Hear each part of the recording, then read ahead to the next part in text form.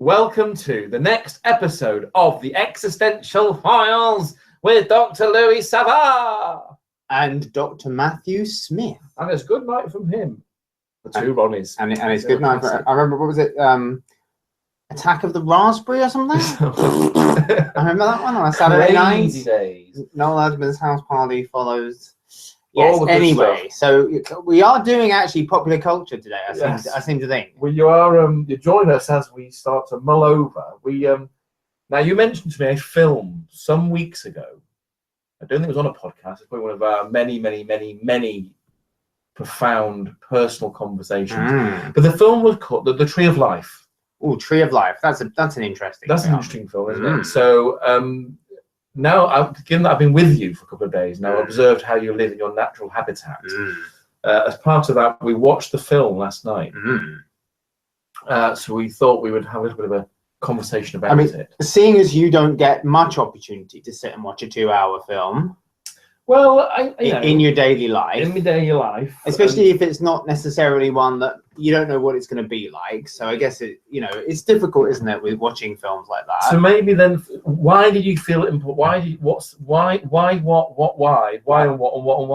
you think it's an important film to watch? Well, I liked The Tree of Life. So this is Tree of Life by Terrence Malick, who is the director. Now, I like a good existential film. I like a good existential novel. And we don't often talk about art actually in the podcast. We're normally talking about evolution or the Hubble Space Telescope. But actually, I think some of the most important resources for people who are interested in existentialism is existential art. And for me, for example, Dostoevsky, the novels of Dostoevsky, the novels of Sartre, the novels of Kafka, the work of Camus. I mean, these are wonderful, wonderful places to start, to investigate the human condition. And they aren't about science, because I think we regularly come to the conclusion that science is a limited way of looking at the world. And it certainly isn't the only way of looking at the world.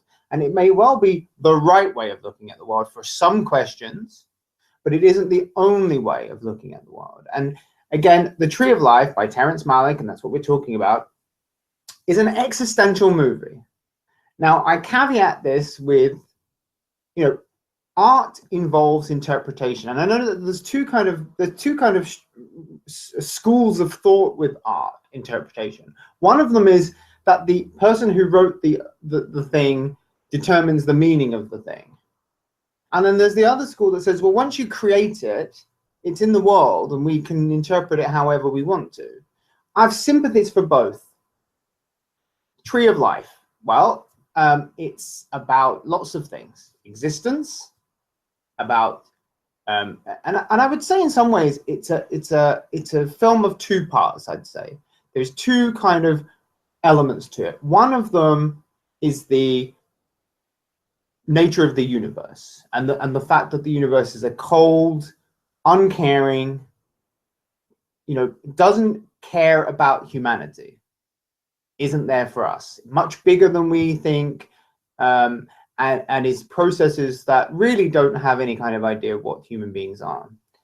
And that's the part of the film that for me is I find it exceptionally moving. So for example, in the film we see, I think, allusions to the creation of the Earth, and asteroids coming out and crashing together and melting. And, in a very much, 2001, Stanley Kubrick's film 2001, A Space Odyssey, is my all-time favorite movie. Gives me chills. And again, it has that, the beginning of life, apes, space. And I like a good bit of epic visual imagery. I like the dealing with the creation of the universe, or the creation of Earth, or the creation of life. I like it. I like it big, bombastic, epic. Gives me chills.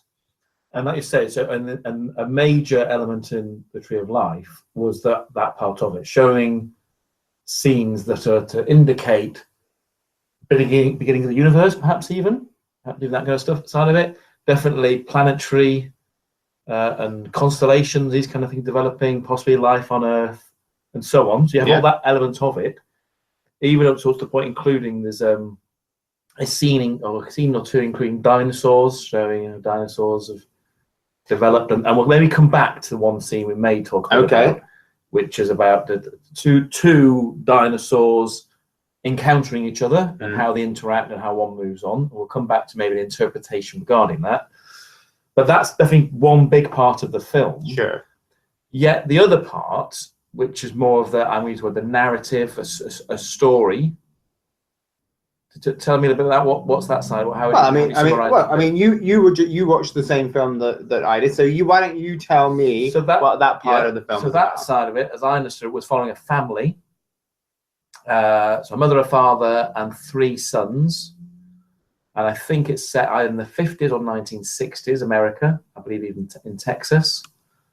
Brad Pitt plays the father. I don't know the name of the actress. Jessica Chastain, okay, playing the mother. So we're focusing really on that family dynamic. There's a bit at which we see them receive news that one of the sons has died.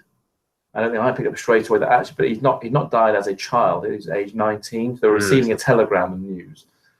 But then I think you're seeing some, let's call it flashback. We're actually going back to the childhood, and you've seen a large part of the film. I think it's seeing those boys as children and the kind of family dynamic then. And then the other bit, which could be described as a flash forward, or at least seeing the elder of those 3 boys, at this point now played by Sean Penn, is in midlife, I guess, himself an adult male, and is reflecting back on his childhood or his existential type questions. I mean, what you might describe it as being, we've seen the creation of Earth and life, and in some ways we're seeing the creation of him as a human being. This is where his character is formed. This is where his creation event occurred, in the crucible of his family. I think the family, I mean, it's very artistic. So, I mean, in some ways, I mean, I've described it previously as a hymn. I found it to be a hymn for existence. I mean, and certainly one of the debates that, I've had with other people and with Matthew and I talking about it is the extent to which is it religious? And I think, the music is religious in origin. I mean, it's very much, there is an element to that you could interpret the film as being about God. Although, I mean, that's not how I take the film necessarily. But so, I mean, certainly I think that if it isn't about God, and I think it is about the human struggle in the meaningless universe, or what appears to be a meaningless universe, the human struggle for existence, to live, to deal with love, to deal with loss, to live with each other, to have expectations of each other, to have responsibilities, to have failure, to have pain. And how do you deal with that? Do you let things destroy you? Do you let things, and for example, and I don't think I'm spoiling anything to say at one point an asteroid comes out of the sky and destroys the dinosaurs, you know what I mean? And is the death of a child an existential asteroid? And again, funny that we don't ever see the death of the child, yet it does weigh heavy over the film, in that it is going to define him in the future, even though we don't see that now, and again, the asteroid hangs heavy over all of us. I mean, the planet could be destroyed at any moment, but it doesn't have to be an asteroid. Existentially, I think we can be destroyed, by any kind of events can destroy us. Whether it's, for me, for example, with my existential break, and that was like an asteroid coming out of the sky, and there you have to deal with it. So my take on it, or part of it, is, so you've got the element saying, this is what's so ambitious about it as a film, to include elements where let's show imagery, and it is very dramatic, epic imagery of things to demonstrate universal aspects, cosmology, planets developing and forming, and through dinosaurs. That's kind of a backdrop. and then to an actual more microcosm of an actual particular family and their experience, which relates to a narrative for a film we're maybe more familiar with. Now I'm going to watch a few characters and see how they interact. To me, it's about just contrasting or putting together that big backdrop, which is where often some of your own writing is, where you're saying, look, let's remind ourselves of how things got to the way they're being, and then how that reflects on our actual existential question of being alive. But the one thing that really stuck with me, so it was, I think, an opening quote. So I'm looking at something online now which describes it as coming from the opening scene, but it's very early on.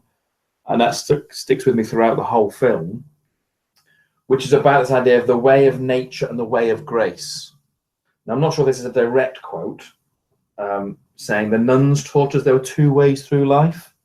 I'm looking at Louis because you've watched the film more than once. The way of nature and the way of grace. You have to choose which one you'll follow.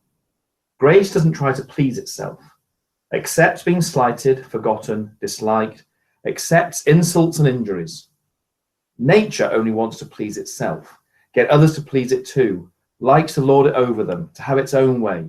It finds reasons to be unhappy when all the world is shining around it, and love is smiling through all things. The nuns taught us that no one who loves the way of grace ever comes to a bad end. So to me, it was just reflecting throughout the idea that a big chunk of the film is reflecting on the way of nature and the way of grace. I mean, it's reflecting what those terms might mean. Well, again, and we've been discussing, I think, in a previous podcast that's yet to be published, but about nihilism, for example. And I think one of the things about nihilism that I'm coming to learn a little bit is that they strive or they recognize perfection is unobtainable, and therefore, what's the point in doing anything if you can't produce a kind of perfection? I mean, we humans see.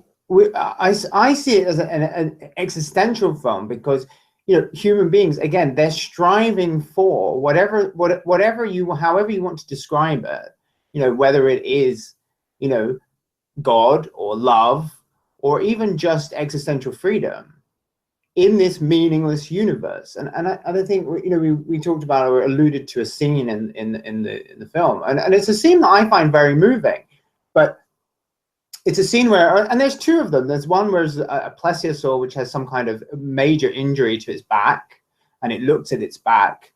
And then there's another scene where I think it's a duck-billed dinosaur is being, well, it is in some way injured, and some kind of small a velociraptor type dinosaur approaches it. And now there's some ambiguity about this scene, so because I mean, for me, these scenes are in the same way that the earlier scenes of the dark, cold universe and the fire and the brimstone are alien.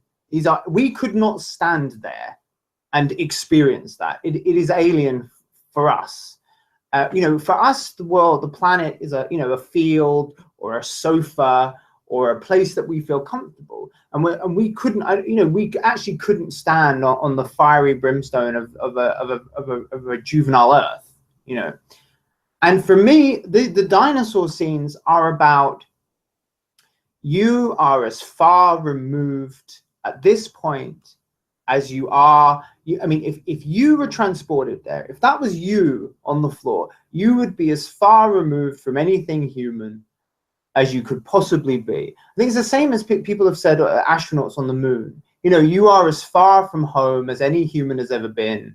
And I think that is a kind of, it is a loneliness, an absence of love, an absence of care. And again, that reflects that wider absence of love and wider absence of care.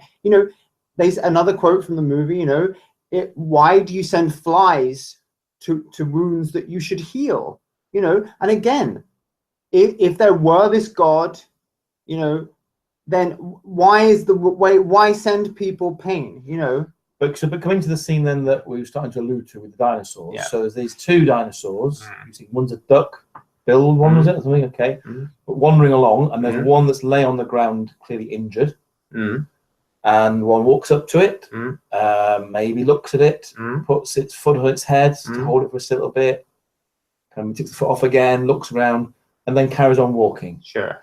So wow, that's, I mean, well, walk on. Yeah. Go on. Well, I mean, this is the interesting thing. Yeah. Now, if that scene, and presumably, I mean, the Tree of Life is there is a longer cut of the film, a director's cut film. So let's assume that scene has a longer scene. If then, I would agree, and the contention is, what is that dinosaur's motivation, or what is going to happen in that scene?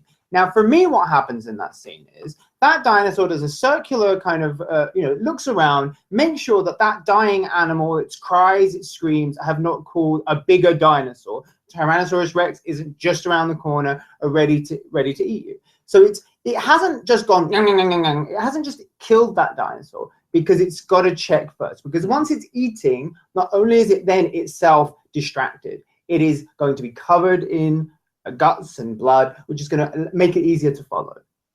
So for me, that scene is about, I think if you think of it, that, I'm going to die. Oh, so what happens here then? Oh my goodness me, he's dying on air. Right, I think I will cut that. So no, but I think if you, obviously the contention then that Matt's alluding to is that perhaps this is the first occasion in the universe or on the planet where an animal shows care for another animal. And it's not my interpretation. So again, me being this kind of low-level, naive watcher of the film, which will say, "Oh, watch this film, Mike. It's very good. It's very eye-opening. It's existential." Absolutely. So I get that. So I'm there thinking, okay, look online, let's see what the people have interpreted different things. And that particular scene, in some places, when you look online, again, you see lots of people summarizing things, but even the good old-fashioned Wikipedia page will say, "Oh, and that scene shows, even early dinosaurs showing some degree of compassion," and it obviously was at odds with your interpretation. I mean, on there. So, and you're confident that what you're describing. I'm face palming for anyone listening. I am currently doing a face palm. I mean, the only way I would accept that interpretation is if that scene went on further and the dinosaur gets him a blanket and gets him a pillow and sticks his head on the pillow and gives him a thermometer and starts. Then I would say, without question, that is the interpretation and that I'm wrong. But no, I think that would be a ludicrous example. It would be ludicrous, really, and that isn't just my. But can I just say, so given your earlier comment about the art in particular, and sometimes art is one where there's a clear interpretation intended by the artist, the author, the director, whatever, and that's the one they want you to go away with, versus ones where there is some ambiguity. You'd even feel so there's no ambiguity in that particular scene, but is there a sense of, would it be interesting to know what Terrence Malick was intending with that scene, or is that it doesn't really matter? Well, my understanding is, I mean, does it matter? Personally, I find that scene to be very obvious, and in fact, I think it's very clear that he's juxtaposing, the stark, unloving, unhuman universe with the family unit. As I said, the crucible of the protagonist, who we never really learn anything about the protagonist, except we see his existential, some of the existential experiences he goes through. I don't think we really ever hear him utter a word, or if we do, it's very minimal dialogue. But, in answer to your question about that scene, well, my understanding is, and I don't claim, I'm not a film studies expert. I have watched quite considerable number of films in my life, so I feel somewhat capable of answering some questions about it. My understanding is that Terrence Malick is a Christian, and but that his Christianity is very much of the Ecclesiastes nature, which means that vanity, vanity, all this vanity. And I think from that perspective, that he's not seeing that as, or I would expect his answer to be, no, this isn't the first beginning of love. That love begins, with human beings later on.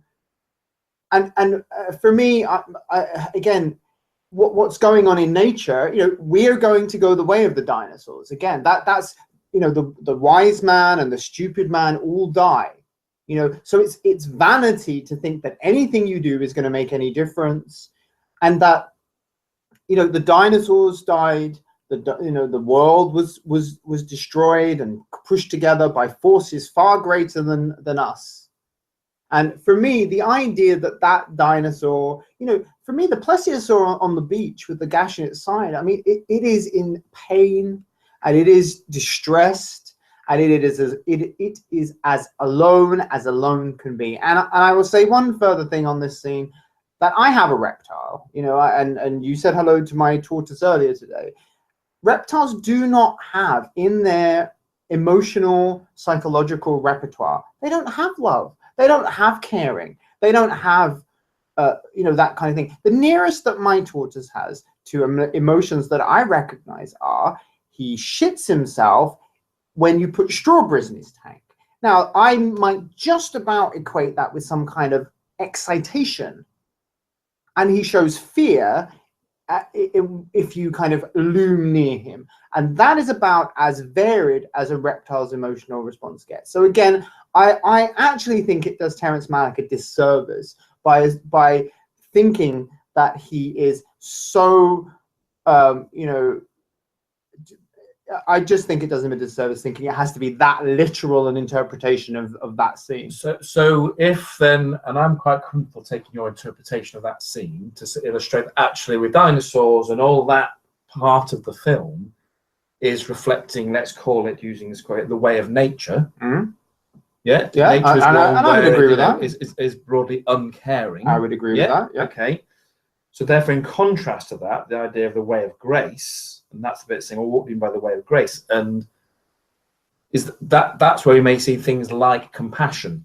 Well, and it's only there we see it in humans, in the context of, well, now we are existential. We can ponder on this experience of being, in quote, alone in the universe. So there is no ultimate point to it all. Yet within that, we can still choose to show care for one another. And you often equate this idea of being brown in the cold universe. Actually, huddling around the campfire together is enough to say, well, yeah, let's sit alongside each other and share in this experience. Yeah, I mean, the thing that's popping into my mind is, I think what you have to recognize is he's showing it's something that we want to attain. It isn't something that is attainable. I think that's a very important thing, because, the ideal family, this is not what people will realize if they watch this movie. It is not an ideal family. These people are not, quote unquote, the happy and blessed. So the nuns who cloister themselves away from the world and hide themselves and marry, that is, if they want to do that, fine, but normal people can only aspire to do that and can only reach out and hold on and say, I'm kind of going that way as best I can. And that's why, in a way, the way of nature is part of what the human beings are doing, because we're in the world, we are apes, we are, we have emotions that come over us, and for example, the father has anger and loss and regret and disappointment, which he then can't necessarily control. The mother has love and disappointment and regret as well, and children are tussled between them. And again, they may well aspire to grace, they may well hold that as a kind of idealistic aspiration, but again, they're in the world, they're real people, it's existential, they have to deal with it, their father is an imperfect being, they still love him. The mother is an imperfect being, they still love each other, the sons, the daughter. And again, and I always come down to the idea, it's almost like an equation without an answer. We can paint the picture, but I don't think there's an answer. And again, I think that fits with the idea of the kind of the existential nature of the film, which is why, the ecclesiastical kind of side of it, the ecclesiastes side of it doesn't matter what you do. There is pain there, there is love there is misery there is, expectation, there is aspiration. But at the end of the day, each one of us, and at the end of the movie, for example, there is human beings walking along a beach, which I interpret as the fellowship of man. And again, as you said earlier, human beings around a fire, huddled, the blackness presses in on us. But the one thing, that unites us together, and if in some way takes away some of the pain, is that fellowship of man. The last footprint, the last human being yes, maybe Terrence Malick believes that when everything ends, you will wake up in heaven. Well, that's okay, that's fine. I often find that Christians sometimes agree with a lot of what I say, because, you know, if they have that kind of Ecclesiastes take on the world. But I'm happy that at the end of the movie, at the, you know, we have covered some existential issues very powerfully, gone from the beginning of the universe, and we've captured somewhat some of the pain, some of the happiness, some of the joy, some of the difficulty of being a human being. And that's, for me, that's 2 hours well spent. Can I then go through, so again, having looked at some of these things and seeing how people describe and their own interpretations, this idea of the way of grace. So I looked up the quote, and there's, is it Quora? I think that's an aggregating website, actually. Yeah. It's kind of things where people do ask their questions, of course, people do answers, types of their perspective. So it's someone's perspective, but I'm drawn to it. They say then, so what is meant by the way of grace is a transcendence of the problem of self-consciousness. It's a total surrender to the here and now, a total surrender to life itself and its spontaneous unfolding. The way of grace is a psychological purification of all that accumulated conditioning that makes human beings suffer. An individual in this state functions almost totally spontaneously, without constantly trying to figure out their next move and without self-seeking. So I was almost hearing that as being contrary to the way of nature, which may have that basis to it. I just finished the paragraph. They're literally selfless like an animal, although far from making them into barbaric creatures. Individuals in this state evince a joy, grace, and compassion beyond which most human beings are capable. They have just transcended all desire and fear, and therefore have no reason to be angry, jealous, or any kind of selfish agenda. They have, in quotes, returned to grace, as it were. So in my mind, if Malick then is broadly religious and Christian, does that sound like a reasonable interpretation of trying to represent this idea that actually then, given the way of nature, given the evolution of the universe and so on, the existential question is, we can still continue. We have had conversations about, you know, selfishness and altruism and all those kind of ideas. But the way of grace is to recognize that even if you see it from the perspective of you're dealing with this fundamentally uncaring universe, in the way it exists naturally, yet within it, to choose to act with grace is the one which you are going to then almost maximize your own well-being. Do you want ice cream? I don't think it's true. And I've already said this, is that for me, the way of grace is something that you aspire to. You know, I don't think it's something that you necessarily live. I mean, maybe, and each of those people were in the world. I mean, and also I think you were saying, because you were saying, is this the right being in yourself or something, which in some way sounds very much a bit like me and what I've said about identity. So that if you don't hold on to identity, you know, then you are existentially free. However, I don't buy this.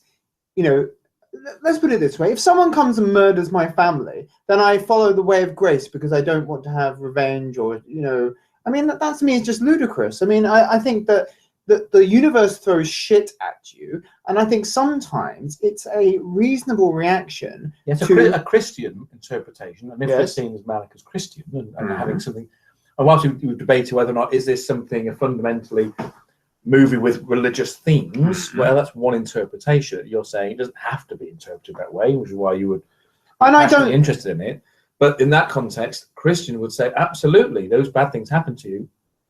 The way of grace is to accept that. And I don't think that the fact of the matter is, and there's a very much a meditative part to the film. I mean, the way it's directed, you know, and I was saying to you two earlier about, you know, they're doing gardening, and they turn, you know, gardening goes from being this mundane thing that we might do, and it doesn't even go into we don't even remember doing it because it's just something mundane, to actually being almost, you know, a spiritual moment, you know, a moment where time seems to last longer, but it has emotional significance, it has historical significance for ourselves. Now, so of course, you know, Malick, you know, he's definitely talking about these moments are important, they're special, they are significant between each other, for yourself. But again, and there are different Christian sects. I mean, for example, Catholics believe that Jesus's body actually, transmutates in your mouth, so that you're eating the physical flesh of Jesus. And Protestants don't believe that kind of thing. So I would be surprised if Terrence Malick was anything other than, as I say, kind of Ecclesiastes type, beliefs, in terms of what we see is what we get. We may aspire to certain things, but I don't think we necessarily attain those things. Do you not see that within, we said before about the family in it? I think called the O'Briens, have a feeling that's Mr. and Mrs. O'Brien. So the mother and the father there, broadly representing, in my mind, very different approaches. Could the mother be one who is representing more the way of grace, allowing her children to be boys, to be playful? I think whereas the father is very much disciplinarian and wants to only be spoken to when directly asked, that kind of stuff. And you can see the boys are fearful of the father at times, whilst there may be either a love or even a begrudging love. But it's quite clearly when the father was away on business, they realised, great, actually they can be themselves. Is that more of a graceful approach to allow things to be? I find that a very simplistic interpretation of what we saw. And I would say that the father loves the children, that the mother is not perfect, that the children's experiences of childhood, and remember, we're seeing them in a very specific moment in their lives. And in fact, the oldest son is in some ways coming out of childhood and asserting his own selfhood. So you have a rebellion, and he says to his mother, "You can't tell me what to do." So even she may well be a different dynamic within the family. But I honestly don't think. I think I would go as far to say that was reading far too much into it, which is what I said with the dinosaur. I think that we can come. For me, I can come out of the film having been emotionally moved, feel that I have definitely understand to some degree what Terrence Malick is saying, without having to impose on it those, what I might call a bit, trite stereotypes or some kind of thematic imposition. Is it a naturalistic story if the characters have to play by themes? And that's a question that I wonder if you can tell a story without imposing too many artificial themes upon it for a narrative or for communicating a narrative, and at the end of it, it still communicates those ideas that we're talking about. And I actually feel that what he's doing is a much more naturalistic. He's not trying to double whammy you with his "this is the right way, this is the wrong way." I think he's actually saying, these people have their, the father has his imperfections, the mother has her imperfections, and at the end of it, the fellowship of man, the brother is maybe forgiving the mother, forgiving the father, communicating with them about his life, how it's affected him, how loss has affected him, how the loss of the family unit, because of course, sometimes we don't realize this, but the family unit that you grow up in disappears. We're not children anymore. They're not our parents anymore in the way they were. And I know, certainly my mother has said to me, that her happiest time was when she was a mother to 3 children, but those children don't exist anymore. And in a way, these little tiny deaths that occur, losses, again, this is existential without being this chessboard themes of. So, that's my take. I'm not saying, and again, this is what we're doing now is kind of unusual. We're debating a piece of art, and if Terrence Malick wants to come on the podcast and say, "Louis, you're absolutely fucking wrong," then albeit. But I take for me, Tree of Life, wonderful existential film, wonderful direction, moves me to tears, gives me, chills and my hair stand up, and I definitely would shake his hand and say, well, you know, whatever your beliefs, Terence, whatever your beliefs, you know, and you know, if you believe you're going to meet your God someday, then, you know, then good for you. You know, I mean, I'll give you your dues if it brings you happiness, if it takes the edge off of existence, then good for you. But, you know, there are other people out there who see what you're seeing, feel what you're trying to communicate, and then just accept that, you know, at the end of the day, death is the end, and that's the end of it. So, I mean, so Terence, if you are listening, if anyone knows Terence, you're very welcome to, obviously, or perhaps more realistically, any film studies people out there who think, actually, I've got another interpretation. Very happy to return to this. So thank you, Louis, for suggesting the film. And thank you, Matthew, for the snuggling on the sofa as we canoodled whilst we were watching Tree of Life. Now I'm going to eat my ice cream, and listener, you may think I'm joking, but eat my ice cream. You eat your ice cream, and we'll catch up again very soon. We will indeed. Bye bye for now. Goodbye.